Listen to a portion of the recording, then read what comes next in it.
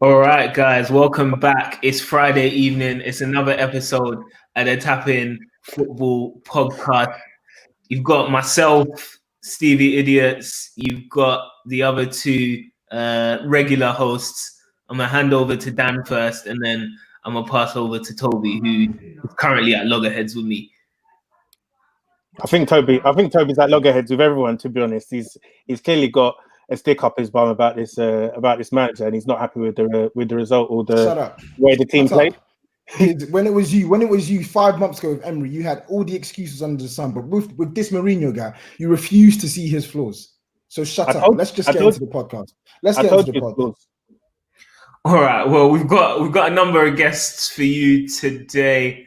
We've got Connor, Jack, Akib, and Billy. I'm gonna introduce Akib first into the pod as we talk about the United Spurs game, and let's get his views. So, Akib, you alright, guys? Yeah, it's been a minute, man. How you doing? I'm all right. Yeah, a bit disappointed. Thought we should have won, but I suppose in the long run, it's a valuable point. Well, give me your thoughts on the match and how we sort of lined up. First half versus second half. I think he got the formation wrong. He's been playing 3 at the back recently in the big games, and it's worked. It works. If you want to play James, you want to play him up top as a 2, so he can sort of press. He's not the most skillful player, so as a result, what the fuck are you talking about? On the right wing, he was struggling, so he didn't have the sort of movement and the skill and the guile like Pogba showed on the goal. If you front him up and take him on, you can get him behind him. Also, with the 3 at the back, I think it's better because Maguire gets more protection, and we've seen the way Stevie Wonder went around him like he wasn't even there. So I would have preferred 3 at the back, 3-5-2. But second half, he seemed to, sort of give him a rocket up the arse, and they got better. And we finished the game strong. Yeah. What do you reckon of the first goal then? Obviously, Roy Keane had some very strong words to say at halftime. He said he wouldn't even let them on the team bus. Said it was disgraceful. Said he'd be punching guys in the dressing room if it was him. I thought he was. I'm not gonna lie. I thought it was spot on with his comments. Obviously, in true Roy Keane fashion, but I don't think anything he said was out of turn. What did you think about that? He's right, but he's becoming a parody of himself. So I felt he was, playing up to the cameras, but he's not wrong because the whole goal has got errors written all over it. So Wan-Bissaka, for the whole game, I don't think he knew where the back line was or where he was supposed to be. Luke Shaw, poor header, caught under it, and then he's just sort of going forward like Keane said. Maguire might as well not have been there. They might have had a mannequin stood there. And then De Gea's going with it with a weaker hand, and you're not going to save it like he proved. The jury's out on De Gea at the minute. I think he's under a lot of pressure, and he's the type of character as well. Sometimes if he makes a mistake, he sort of goes into his shell. The defense was all over the place throughout the whole game. I didn't think they knew where the back line was. Maguire should be more vocal as well. If you're going to let people run past you like that, you should at least try to organise and have a better back line. Fair play to McTominay. I thought when he dropped in, he did a solid job. But yeah, I think it's rustiness more than anything because we were quite solid before the break. So I think hopefully in the next few games they'll get their act together. But it wasn't a great showing from the defence. Yeah, no, that's some great insight there, Akib. Toby, I'm gonna come over to you.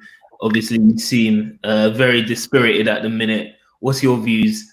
We're having a few comments, and we had some in the group chat over the 90 minutes saying that this was a very poor showing from Kane. Obviously, he hasn't played football in a long time, but what was your view on the Tottenham performance as a whole? Obviously, you were very unhappy about how Mourinho lined up his team. The starting lineup was weak. As I said before kickoff, I knew I put out a video on our Spurs channel, and I said today was going to be a draw simply because you can't trust that defense. And like we saw, no matter how well they're playing, it doesn't matter. It doesn't matter how good a game they're having. That those crop of defenders are capable of making mistakes. And as you saw when Man United actually brought on a piece of top quality on the pitch, it was too much for Eric Dyer. But I want to shine a spotlight on this man's tactics. I get it. Harry Kane was missing. He was blowing chunks. I wasn't expecting much. I wasn't expecting the world from him today because he's just come back from a 6-month layoff. But what type of manager sits back at home and just keeps soaking pressure? Pochettino did the same thing at Anfield and he got murdered. We lost that game 2-1 and we only started attacking when we were 2-1 down. every single person in their rant could see that Man United were building ahead of steam. They were going to score. It was inevitable that Man United were going to score. And for some reason or another, this guy doesn't react. We've been told that this is the manager who is quick to make changes, or when he sees something going wrong, he makes the changes. Where was his changes today? He left Lamela on for about 65, 70 minutes. Lamela had probably the worst game he's had this season. Couldn't string a pass to save his life. And he stayed on that pitch for so long. And it just embodies everything wrong with this team now. The defense isn't good enough and the manager's not good enough. Okay. Strong words from you, Toby. Dan, you were saying that you thought Mourinho's game plan was quite effective. And I think many people had United down as favourites to win this match. Obviously, buoyed by the return of Rashford and Pogba. Mourinho's come out with a point, albeit he might have been able to nick 3. But on the face of it, Spurs probably would have taken the draw if he'd asked them at the start of the game. So you do think Toby's been a bit critical of Mourinho here? Yeah, I think he is, to be honest, because like really and truly, if you ask someone before the game, what's United's biggest weapon? You know, it would be their strength on the counter. And I think he set the team up. I think the problem is this is the way he sets up for every single match. But I think for the opposition that he's playing today, I can't really fault him. What I can fault is his speed of making a substitution, because Lamela, Keane, they were having terrible matches. I don't think they should have lasted for as long as they did. When you have someone like Ndombele on the bench who can play in that position that Lamela was playing in, I think he should have made that change at half time. And I think Bergwijn and Son, they were doing too much defensive work chasing the fullbacks. But really and truly, you have to protect that terrible Spurs defense, because really, if you're letting, you know, the fullbacks get isolated one-on-one. Aurier, he got spun a few times. Eric Dyer, we know he's not good defensively. When Pogba came on, he was finally exposed. So I think he was trying to protect that defense that we've seen has been porous way too many times this season. So I think game plan was correct, but execution not 100%. Yeah, you two shining a light on Lamela there. Akib, I wanted to get your view on Lamela's performance, because from a United perspective, because we've spoken about, because Akib, he's given his view. I want to actually get another Spurs fan's view, because I got Jack here as well, because he will reiterate what I've been saying as well, because it feels like my message is being distorted here, and you lot are just pretending as if I'm chatting shit. I just want to say one thing. I'm going to add a no. Jack, are you on? Are you on? Yeah. Okay, cool. So now, obviously, before Steve goes on to Akib, give us your breakdown of this performance today, and be honest, was Mourinho in the wrong or not? That starting lineup was horrendous. When I saw this is the thing. Off the ball, I thought Lamela was okay, but the number of times this guy could have played Son and Bergwijn through was ridiculous. And then Ndombele or Lo Celso would have. Let me ask you a question, yeah. So if the number of times that you could have played them through and you'd have had an effective counter, how can you say that that's on the manager when it's the player's poor execution of the final ball? Because we know Lamela's end product isn't the best. Exactly. But he shouldn't have started in the first place. But to me, if the opportunities are there for you to have effective counters and your players are passing to the sideboards or passing to the opposition, how can you say that the manager's game plan was wrong? Or you're saying his personnel selection was wrong? That's different to the game plan. The game plan was, it should have been to soak up that pressure and break quickly. We didn't have the personnel for that because Jose didn't play the personnel for that to happen. Literally, and Ndombele or Lo Celso, either one of them, at least one of them should have started. We would have got those counterattacks flowing. We would have got those wide players going so much quickly. Though that team was there to be got at. Yeah, you saw them with the few chances we had. It was quite easy, especially on their left-hand side where they'll get Luke Shaw's getting absolutely exposed. If we had one of Lo Celso and Ndombele playing the role that Lamela was playing, we would have been through so much more often. We would have had sustained attacks, and in that second half, also they would have been useful for getting that ball out and not being soaked up, not being able to, not soaking up that pressure that we were in that second half. They're always an outlet to bring that ball forward, which would have allowed us to push that back line a bit more forward. That starting lineup was an absolute shambles. Like Eric Dyer again. Right at the end, he cost us the game. If we played, Toby Alderweireld, who's a much more experienced and better defender, he would have, probably showed Pogba, further back and wide. You know, Eric Dyer hasn't played centre back that often in his Tottenham career. You know, I just thought that starting lineup was poor. I think the setup in principle, the setup. I don't know. I can't even explain it, man. this guy's tactics were just. You've done enough, man. We're gonna have to remove you, Jack, innit? But thank you for giving us that insight. Aki, we're gonna have to remove you as well because you just enjoying kicking players off, Toby. Yeah. I wanted to I want to say one thing about Mourinho. I agree with Toby. Actually, I think Mourinho is too rigid in the way he does things, and I can say that now from the other side with him not being a United manager. Back in the day under Chelsea and Madrid, he had players that he could trust. He's still trying to do the same thing at United and Spurs, but he hasn't got the players to trust. So he needs to mix it up a little bit more, Mourinho. He's too rigid in his style of play. He's too rigid, and he hasn't got the personnel to do it anymore. And he picks the wrong team selection to what he wants to play. And on a final note, Harry Kane, yes, he's been out, he's poor. But is Mourinho going to improve a striker like Harry Kane? I don't see it personally. I think Harry Kane under Mourinho is on the way down. That's my personal opinion, Mourinho. That's a shot. It might be 3 years late, but I agree with you. I think Mourinho's finished. Thank you. Yeah, 3 years too late. I told you. Thank you, Aki. But I agree. I think. Go on, sorry. He's too rigid. He's trying to do stuff. His system is good, so I agree with Dan. The stuff he wants to do in his head, yes, is perfect. He is the best at stopping other teams.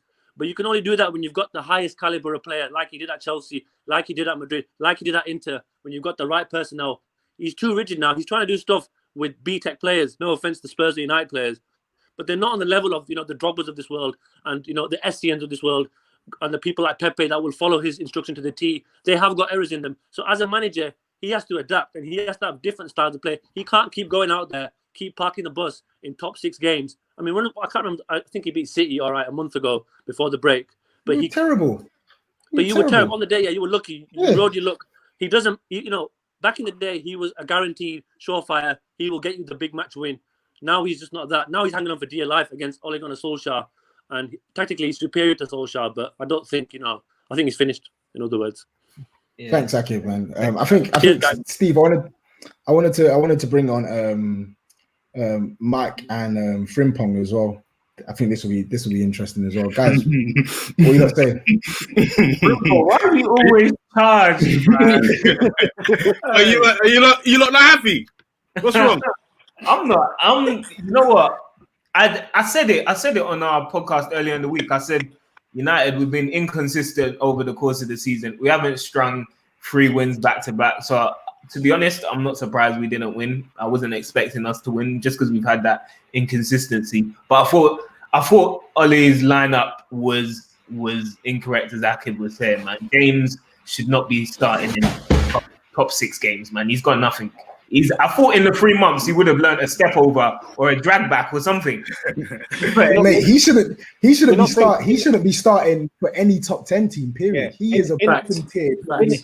In a 3-5-2 though, James has proven to be effective. No. He just runs. Yeah, but that's because they just teams that press. So when he's basically Theo Walcott, bro. He's got nothing on Theo Walcott. He's got absolutely nothing on Theo Walcott. Yeah. He could have left Theo Walcott's boots. Mike, so we got a question here as well. Pogba, how do you think he performed today? Pogba was good, man. First game back since I think December when he got injured against Watford. Good performance today, man. Passing ability is clear of Fred, McTominay, whoever else you want to name in that team, but the quality is clear. From the minute he came on, he did everything better than everybody else on that pitch for us. So, me personally, I don't know why he started on the bench. Secondly, for any United fan that's been screaming, get Pogba out, I hope they learned a very harsh lesson today in respect and decorum. I wish I could be in my team, bro. There's levels. Yeah, but you don't have Pogba in your team. You have Willock. So wait, hold on. It's Laguna. Yeah, it's Laguna. What? What's the problem? What's the problem? It's just so sad. I'm sorry, man. I feel sorry for you. Sorry, go on. Why do you feel sorry for us? You're crap like us, bro. Just because you're higher doesn't mean that you're any better. You man are doing that. Let's just call it. let's call this because I don't want to start talking about Arsenal right now. Oh yeah, let's not talk about. Let's talk about the team. Let's talk about United. Both you got rubbish managers. That's what it is. Yeah. What do you lot make of Bruno Pogba link up when they were on the pitch together? Because I thought in the first half, Bruno, I think he's almost a victim of trying to do everything himself. Like he's trying to do. He's the only one on the team trying to pass forward, trying to take shots, trying to make things happen. And as soon as Pogba came on, they're a good four for each other, and it's just them two trying to play short passes to each other, flip the game on its head for me. Well, you got to give quality, don't you? You can't have one quality player and then other two hard workers or players that don't have a high level of quality. It's like someone like Spurs started Harry Winks when the Chelsea was on the bench. It doesn't make sense.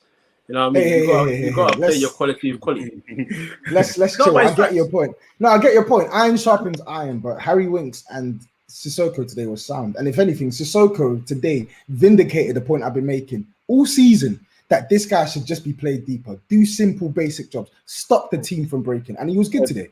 He was good. Sissoko actually surprised me today. I ain't gonna lie. Sissoko actually was one of those guys that I was like, rah. What Sissoko is this? I ain't seen this Sissoko before. I was actually impressed by him, not gonna lie. And with the Bruno thing, sorry to cut you off. What Toby said earlier about sitting back, soaking up pressure, and then having that quality to make the passes going forward. Someone sharper like on the Celso. Even though Winks was good, I have no issue with his performance. I think that's what you need, and that extra quality would have helped you guys punish us a lot more. Because as you saw, our defense, certain £80 million defenders that are probably about 18 million. Jesus Christ! My goodness! My goodness! You're not. My goodness! Well, luckily only paid 8 mil for David Luiz, bro. You man spent pay. Oh my days, bro. Man, he gets twists up so easily. because he is every single goal we concede. No, it is. Everyone thinks he's good, yeah, because in the England squad he played in a free. Nah, he is back. He played in a free. So when you play in a free, you have extra protection. Bruv, the way United play, they sit up high. You hear over the top. Maguire is finished, bruv. He's got concrete feet.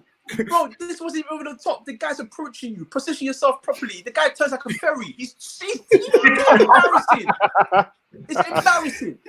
You know. I'm all for United slander, especially when it's Maguire. But I think we've spoken about Spurs and Man United enough. I called a draw. I think a draw, probably harsh on Man United, but I think it was a reasonable result. I want to talk about the game beforehand. So, guys, feel free to kick the guys off, but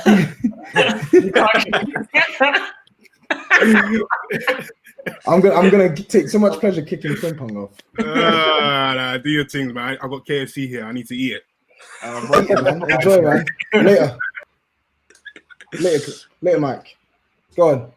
I just want to say, I think we need to move De Gea on now. It's getting ridiculous. Oh my god! Like we have to move him on. Pardon? He's going nowhere. He he $400K a week deal or whatever he signed. He can stay as an ornament or as our number two. An ornament collecting half a mil a week.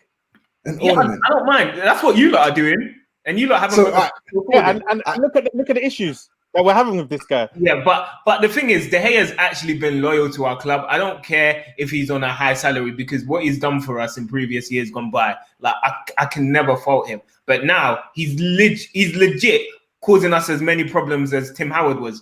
You think? Put your money where your mouth is. So what Dan said as well. So next season, first choice keeper, hand on heart now. Who's starting, De Gea or Henderson for you? You think De Gea should be cribbed? Just give it to Henderson. Honestly, like you don't like De Gea's costing us more points than he's saving us. He's not even playing like an average goalkeeper anymore. I think the stat is you've conceded 3 goals in your last 11, and all 3 have been keeper errors. So that says it all, innit? It's crazy. He's been a legend. Ben's asking to be let in on this. Nope. we sent him several times. He doesn't meet the criteria, unfortunately. But yeah, Billy and Connor were waiting in the wings for the best part.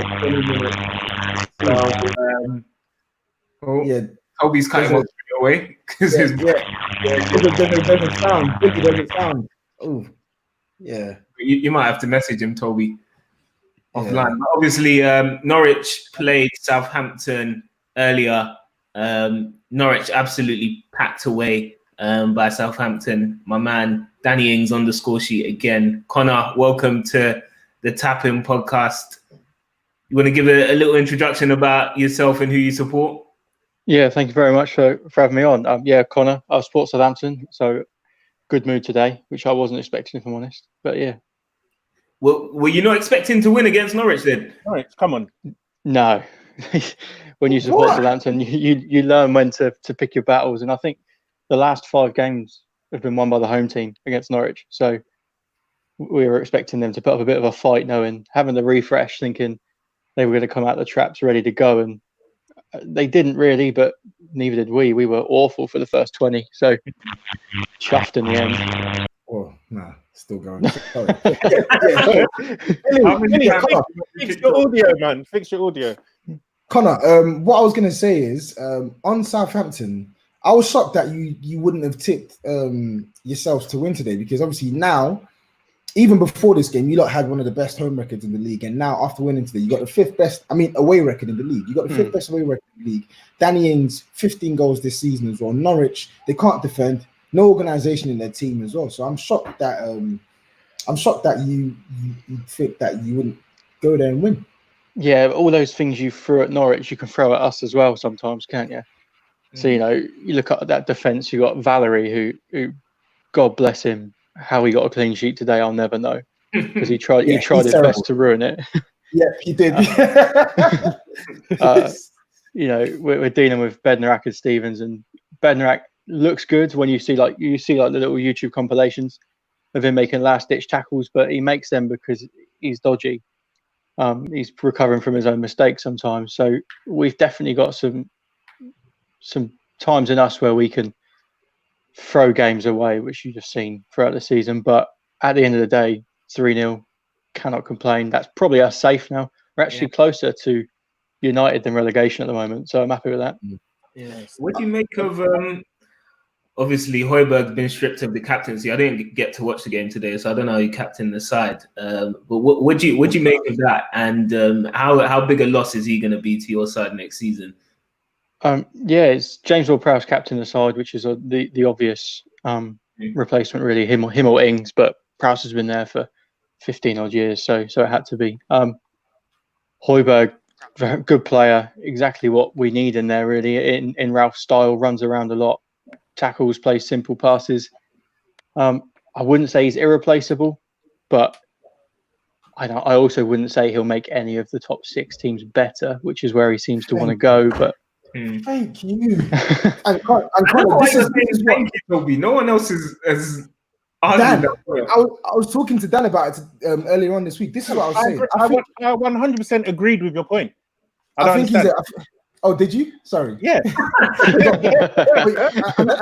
and that's my point, Connor, because I think he's a decent player, and I think this is probably his best season for Southampton. But he's been there for 4 seasons, and if this is his best season, he's not even been like a top 10 central midfielder in the league this year. Like, he's not. Spurs fans, I think it's because we have no defensive midfielder. We're setting our standards so low that we see this guy that's performing to a fairly decent level at Southampton, and then we think, oh, he's going to come and revolutionize our team. It doesn't work like that. No, we were talking about him today, and I was saying that if he hadn't had played for Bayern Munich or Pep Guardiola, he'd basically be James MacArthur. You wouldn't be screaming at home about him. No, because he runs about a lot. He wins the ball. He can't shoot for shit, but he'll work hard and he'll scream a lot. So I saw a tweet today that said Nathan Redmond is above Southampton, to be honest, and that offended me because for me, I feel like at Southampton, he's not exactly been a massive standout. He's one of the most inconsistent players, I think, in the division for someone with his ability. And I think now that he's actually got a coach that seems to sort of try and bring the best out of him, and this is probably the most consistent that he's been, I don't think anyone can now start saying that he's too good for Southampton. I think Southampton's almost the perfect club for him. Like, what do you reckon? I think he could take a minor step up, like he could do in Everton, like a Wolves or something. I think with better players, he played better, but he has at times been surrounded by dross. Like, you know, last season, his partners up the top of the pitch were Charlie Austin and Shane Long. I mean, come on, doesn't matter how much you create, they're not finishing your chances, are they? Yeah, exactly.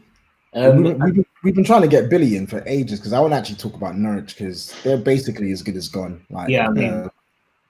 Did you you didn't watch the game, Steve? Dan, did you watch the game? I saw like the last 20 minutes. Mate, it kind of correct me if I'm wrong, but it just I feel like whenever I watch Norwich, it's the same thing all over again. They try to play fancy football, but they just have zero protection for their back four. Today, whenever they have the ball, they commit so many bodies forward, and the minute one Southampton player intercepts the pass, all it takes is one pass and you're in on their defense. There's zero protection for their back four today. The midfield were non-existent. And Todd Cantwell, I think he's a really good player. I think he's a really good prospect, but he was pathetic today. When they are pathetic today, these are two players who are meant to be creative for them, and they created niche today. On another day, Southampton could have won this 4 or 5-0 today. It was crazy. Yeah, exactly.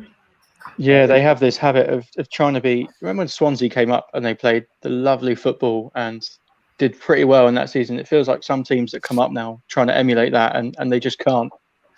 And sometimes you need to do a Burnley and just 10 men behind the ball, chuck it up top, and in Norwich's case, hope Pookie gets a couple. Yeah. Because as a Southampton fan, I know we're not going to break teams down.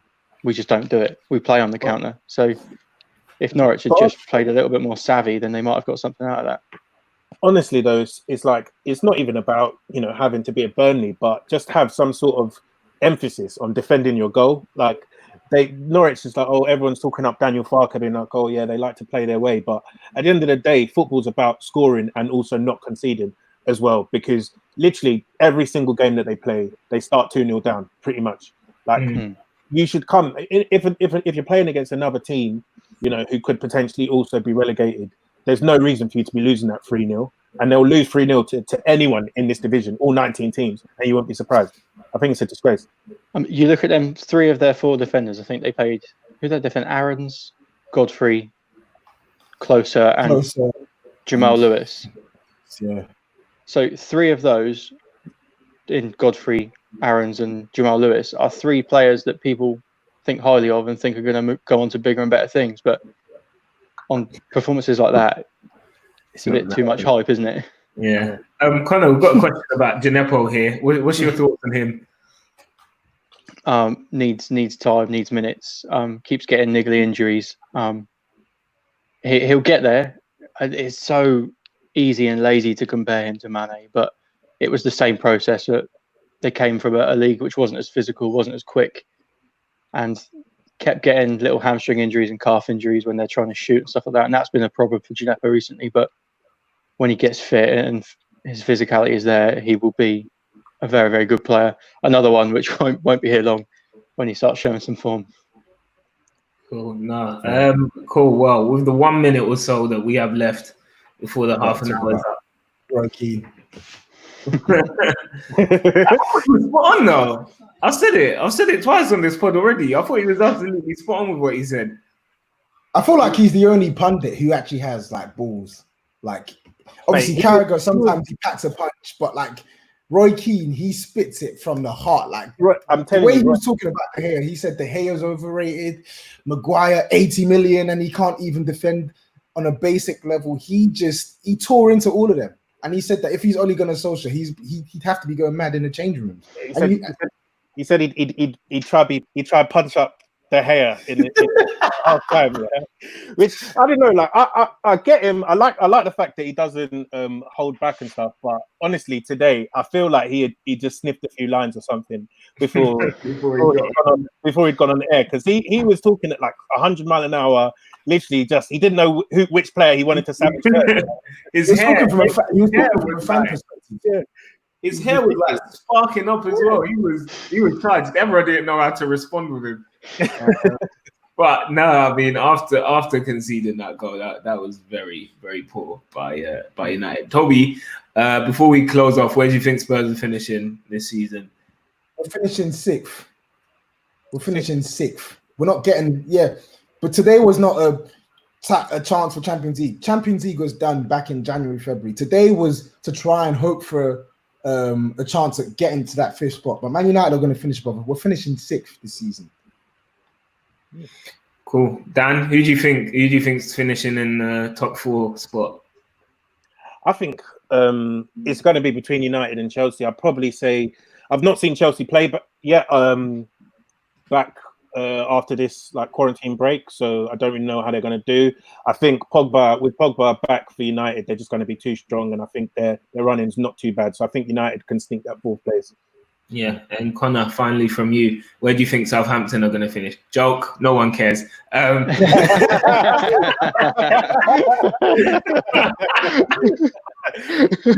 take that. I'm joking, but I'm not joking. Who do you think is going to finish in the top 4? I think it's going to stay as it is, pretty much. As is. I think Chelsea will nip it. Cool. Well, thanks for locking in, Connor. Thanks to Akib, Mike, Frimpong. Who failed to join? My memories escaping. Yeah. Maybe he had the elaborate setup as well. He had a proper podcast mic and everything. To be fair, I'm sure Norwich are going to get battered next week, so he'll have another chance to come. He's got 8 more opportunities to come in. Thanks for watching, guys. Again, you know where to find us at Tapinfootball at all platforms. Connor, do you want to plug any socials before we leave? Just my own, which is done for Connor. I don't really say anything interesting, so don't worry. Talk about putting yourself down. That was the most Southampton statement ever. Guys, thanks for listening. We'll be back after the next round of fixtures. Like, share, subscribe, all of that. It's been a pleasure. We'll see you next time.